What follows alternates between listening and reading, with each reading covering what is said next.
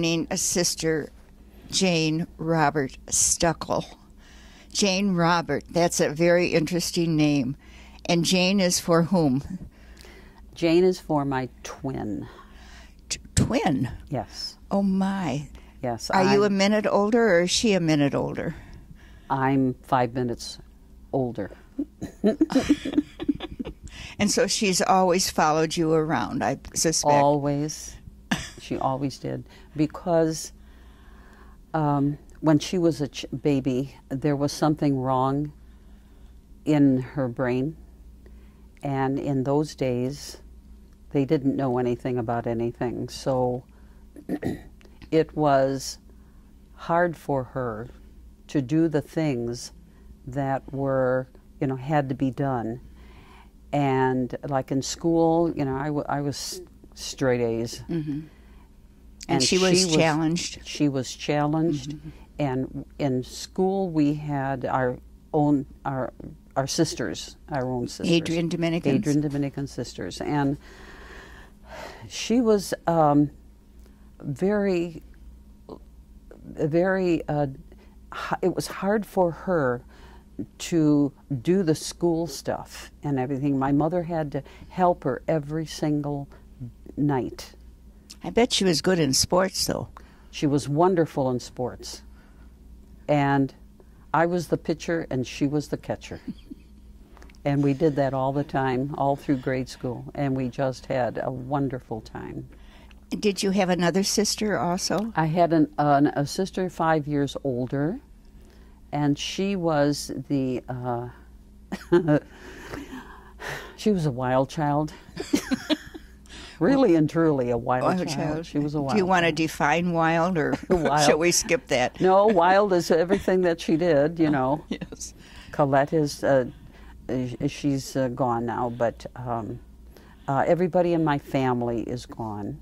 And you had an older brother, did you not? I had an older brother who was, when he was in high school, the first part of the year, they called my mom and dad in to the high school there, Catholic high school, and they wanted my mom and dad to be okay if my brother would be advanced up to, see, he was in the beginning. Freshman. And at the freshman, mm-hmm. and a senior right away. Oh, my. And my mother and dad said no. They said, we want him to go through like everybody else, because he was so brilliant. Mm-hmm. So he entered the service then after his senior year? Yes. Was he in action in World War II? Oh, yes, about 15, 16 years. He was in all of that. So you missed him growing up, I suppose. Yes, and mm-hmm. when we came home, the day that he was coming, was coming home, we were from St. Patrick's School in Joliet there with our sisters, and we ran all the way home because we knew my brother, who we hadn't seen for about a good 15 years. We were really excited to see him. We came in, and my mom and dad were there, and my brother was there. And we walked in like it was very, like quiet, like staring at him. Because we only knew him, we were about 5 years old when he went to the army and everything. And so then he came, he was there, and we were coming in from school, and we just stood there. And his back was turned because he was talking to my mother and father in a chair there. And all of a sudden, we did it quietly, and we just stared at the back of him. Wow. We hadn't seen him, and we were only about 4 years old, 5 years old when he left. Oh, my. So here he is, and he turned around, and he he stood up, and he thought that my sister, who was always a little taller than I was, everybody's taller than I am. I'm not kidding. And I thought that he looked at us, and we're staring at him, and he's looking at us. He didn't remember what we looked like or anything, because he had been gone for so long, about 12 years. Did you run up to him then? No, we just stared at him. The poor brother. And he's looking at us. He can't believe it's and you. At first, my twin went toward him, and he said, "Are you Colette?" Well, Colette was my sister, who was 6 years older, and he said, "Are you Colette?" And my sister said, "No, I'm Jane."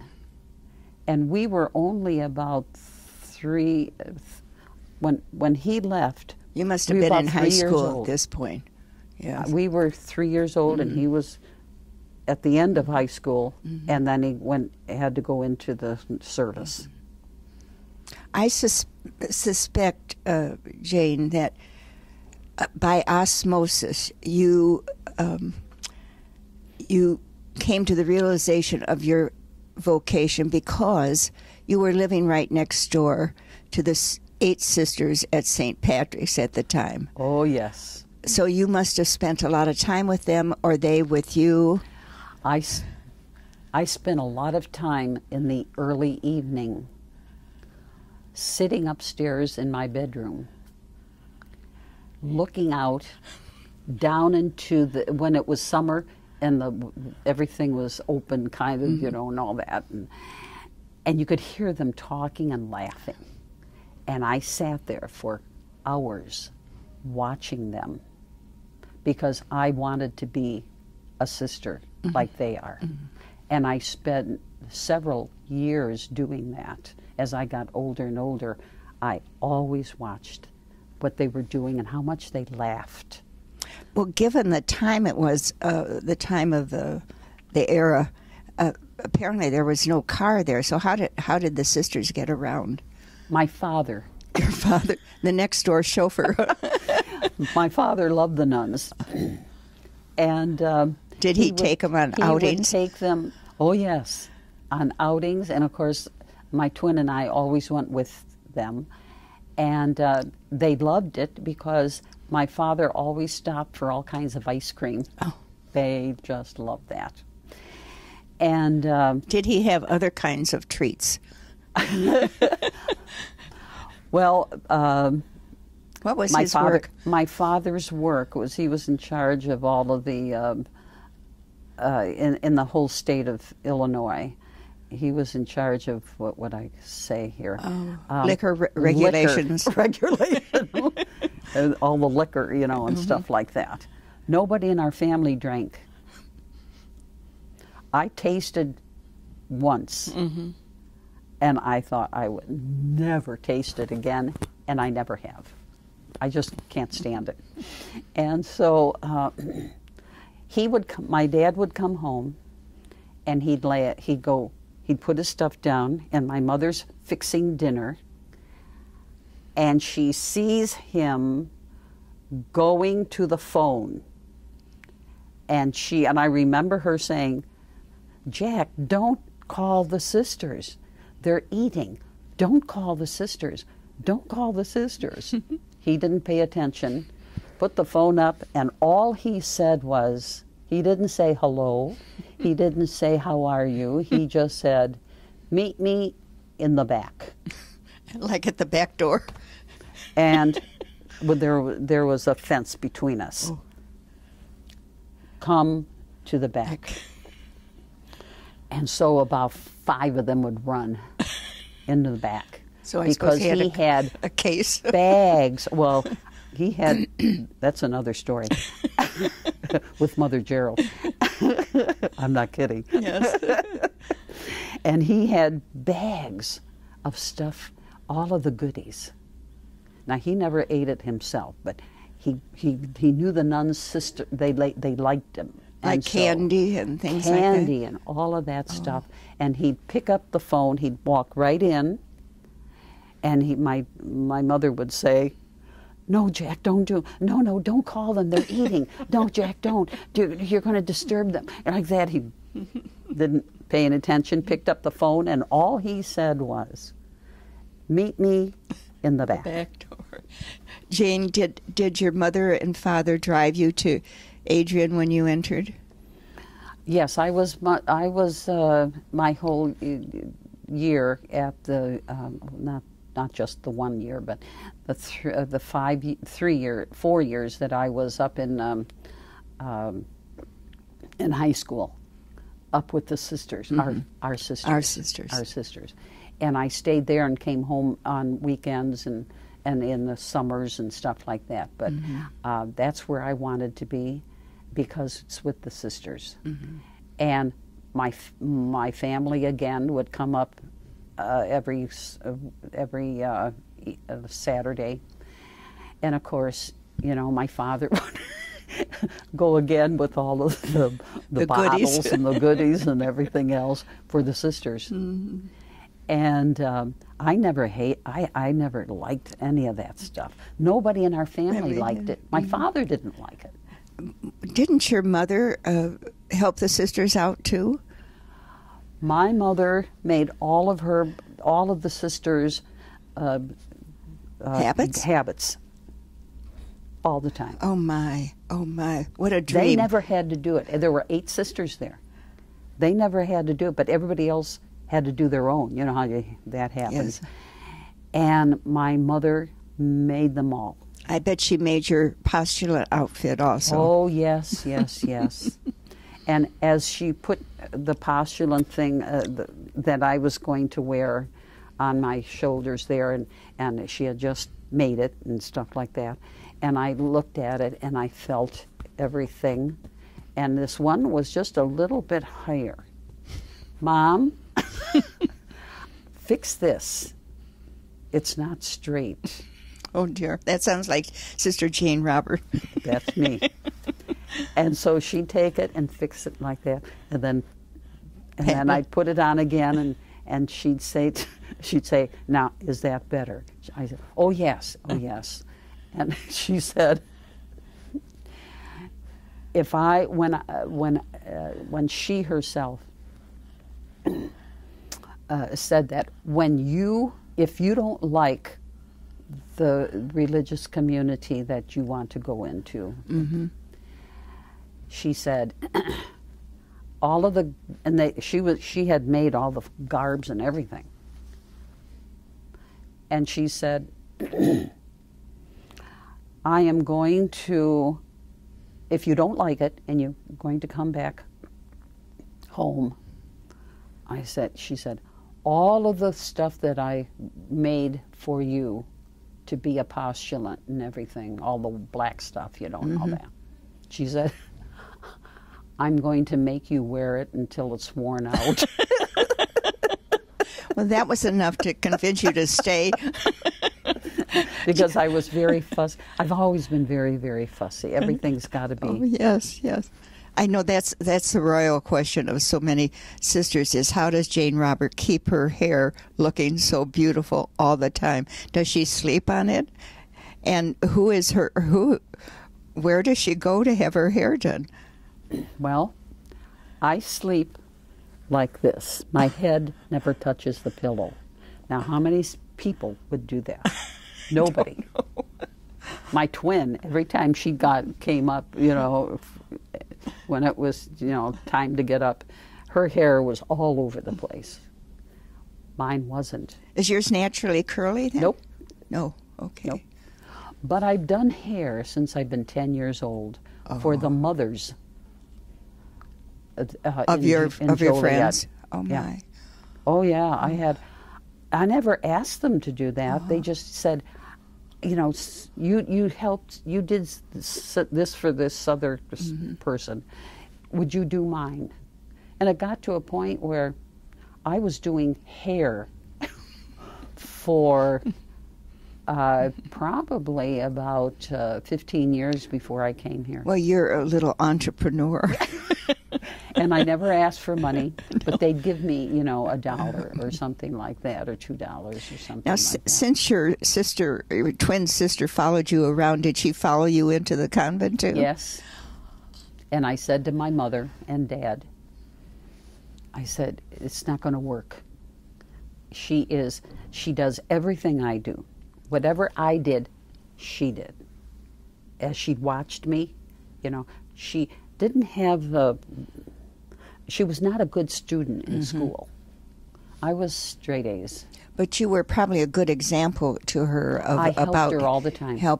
And living life. Yes. So if you were going to be a nun, she was going to be a nun. Yes. So was she a year behind you then? No. Did you enter at the same time? Oh, yes. No. She, I came into the community, and of course she followed me. No matter where I was going to go, she was followed me. And then my mother called up and said, you know, Jane wants to come in, you know, and be a nun and all this kind of stuff. I said, Mom, it's not going to work. So how long did she stay in the community then? About a year?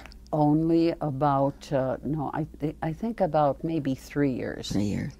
And when she first came in, I had been there almost a year.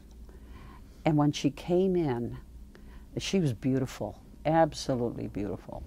And different people say, oh, well, you're beautiful. No, I'm not. You're beautiful too. I know, you know, in different ways, but not. What was her obedience as a Passion?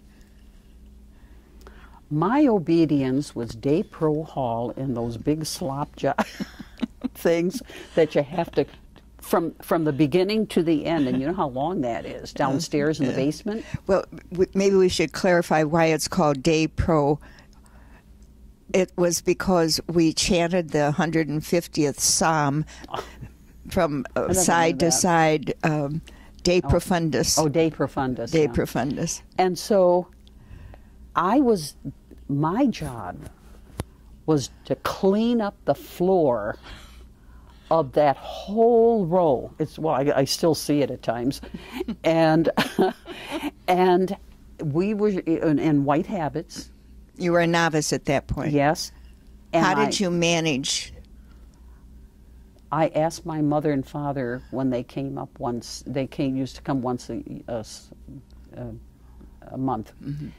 And I said, I need a big bag of safety pins? Safety pins. And she... I bet large ones, though. Oh, yeah, large ones. And they said, why do you want that? I said, oh, I just want to make sure that I have them, you know. I didn't say a thing. But what I did was take because my obedience was all of that. It's carpeted now, you know. And so I used to take it from the bottom. No, first my belt, and scapular over here. And then I take the other thing and put it up here. And then I take my sleeves, you know, the big long sleeves like that. Everything was pinned with these large pins like this. And even the whole first part is all pinned up. And then I do in Day Pro Hall. Yes. And I did. That was my obedience for months. After I got it all over, you know, finished and stuff like that, I'd come up, there wasn't a spot on me. Of course. My twin, yes, she followed me in, and I knew that she wasn't going to stay very long. Mm-hmm. So did she follow you to Day Pro Hall? No, she didn't. I didn't even let her know about Day Pro Hall. You know what her obedience was? Mother Gerald's personal bedroom. What did that mean? Making the bed and that dusting? Meant making the bed. And not just that, but she had little flowers here and there and all of that. Like and, fresh flowers? Yeah. My. She'd go out and get some fresh flowers and put them all around and all of that kind of stuff and make sure that everything was fine, and all of that. And then when she'd come out and she'd see me and after I unpinned everything, she'd say, I said, did you have a good, is everything okay there? And she says, oh, yes, Mother Gerald thinks I'm just wonderful. Oh. Now, how many times did I get a... Did you get that for your scrubbing? Zippo, nothing. But I never let her know what I did. And she used to say, well, what is your obedience? I said, oh, I help people. Oh. And you still do that. I still do that. I help people. Yes. And she said, oh, that's good. But for her, Mother Gerald had her every day, and Mother Gerald would go out to do something and all that. My twin is in her room, her personal room, with flowers. I bet your dad got along with Mother Gerald. He sounded Mother Gerald. Was it Jack? When he heard that when they'd come up to visit us every month, he would come and my mother would say, Jack, don't. Maybe they're not. Maybe they're eating. Maybe wait. He didn't pay any attention. Knock on the door, out in the front, and they opened the door. And within 5 minutes, Mother Gerald's running out. And she goes and takes and my father has, and it's all, well, I don't know. Presents for priests. Presents. A case of this and a case of that. Yes. Many cases of this and many cases of that and all of that. And Mother Gerald just loved my father. I don't know if it was with anything for else whatever other reason. than that. Jane, I know that somewhere along the line you spent quite a few years in the West and Southwest. Mm-hmm. Can you tell me about any of those special places where you were? Oh, that's years ago. Mm-hmm. Years ago. Wherever I can't remember them now as to, well, at this place and at that place and all that. But all I remember is wherever I was told to go, I went. And I really enjoyed wherever I was. Mm-hmm. And if there was a time when it wasn't all that great, I turned it around and made it that way. Beautiful. I always did that, always. And other people, all the other sisters would be going, oh, I can't stand this, and they'd say, you never seem to have any problems. And I said, if I see a problem coming, I deal with it immediately. And I've always done that. Well, you were chapter prioress, weren't you? I was chapter prioress. Was that in California or the Southwest? California. California. And I loved that. I loved being with the sisters, and I would go and visit them at different times. And I made it so that it was not like I'm here to check on you. Mm-hmm. But there were a couple that I did. By necessity. Who would go out into the oh my God, to the what do I want to say? Ocean? The ocean. Now the opposite of that. The desert. The desert. This person would be out in the desert in a little huddle. Oh. And that's where she. That's where she lived. Like living like a hermit. Yeah. Then. Oh my. And when I was, chosen to be, the chapter prioress, I went out there with my car, and it was just a hovel, and she refused to come. She refused, and I wasn't going to drag her, but I every once in a while I'd go out there. And it was in the middle of the desert, hotter than ever. Maybe she was seeking a deeper contemplative life.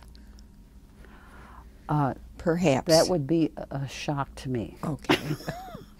Well, that's how I might interpret it. Tell me this, if you will. What is life like for you here in Maria? In Maria? Yes. I really love everything that I do. And if something comes up that's not quite the best or something, I deal with it, turn it around, and then everything is copacetic. I love that word because everybody goes, huh? Copacetic. Copacetic. It says I a use lot. that word a lot. Yes, yes. And you came here from the Southwest. Were you in Nevada? Las Vegas. Las Vegas. And Las Vegas. Were you retired in Las Vegas or No, active? I was not retired. I was very, very active. Very active and loved on the Strip everything. or where? On the Strip. Oh, on the Strip, because I was in charge of all of the children. You know, I was their principal in school and all of that. Oh. I was principal of the school and superintendent of all the Catholic schools in the whole area. Oh, so God I had to go up in this part of the country and that part of the country at different times, you know. But I did it because I could do it. Mm-hmm. And I'm very organized. And but the person that was always out in the fields there, when I became, you know, the principal and all of that, no more than a principal, when I was the chapter prioress, mm-hmm. I went out there. I drove out there. And I was in the middle of, it was just in the middle of the sand. Mm-hmm. And she would not come. Jane, when you were living in Las Vegas, did you live on Church Street with where most of our nuns live now? Yes, at the beginning. In Henderson. Yes. Mm-hmm. No. In mm-hmm. Henderson there. Mm-hmm. Those people there were the best, the very best. I just loved them. They were just. It was wonderful. It's still amazing what several of our sisters are still there, like Sister Michael Thomas. and some of the sisters have died there and have been buried there. Mm-hmm. Oh, I didn't realize that. Mm-hmm. Well, their family would say my they didn't want to be here. No. Oh dear. Well, words of wisdom now from your life experience, Jane. What words of wisdom would you leave with those of us who are listening to your beautiful story? I've always been a person to help other people. I did that because I think my twin, who needed a lot of help and who was the beautiful one, but she needed a lot of help, and I'm so used to doing that. And when I see people around, and if I see someone who looks kind of sad or looks like, crying or anything like that, I gently go up to them, mm-hmm. and can I help you? And I do a lot of that. And do you not spend quality time in prayer? Pardon? Do I? Quality time in prayer. I spend approximately maybe from 6 o'clock or 6:30 after we're finished with food, with the dinner supper. I will go into my room and I talk to God, and if something, and I do it all the time, and if something, for several times when I was in Las Vegas and I was at lunch and taking my tray, and I was one of the first ones there all the time, all of a sudden my tray would just fly into the air, come down on my white garb that I had there, and I was on my hands and knees picking up all that before anybody else came. It happened every day that I was there. And I said to God when I got home, stop it. I know what you're doing. That's a great prayer. I know what you're doing. Now stop it. I'm tired of crawling around the floor to pick up my food. and I said, no. Oh, I said that several times. Stop it. Now, I'm not kidding. And it stopped. It stopped. It stopped. Well, praise God. Thank you, Yes. Jane. I've had a wonderful life. I would not change anything. I can tell that by your beautiful smile. Yeah. God bless you. Thank you.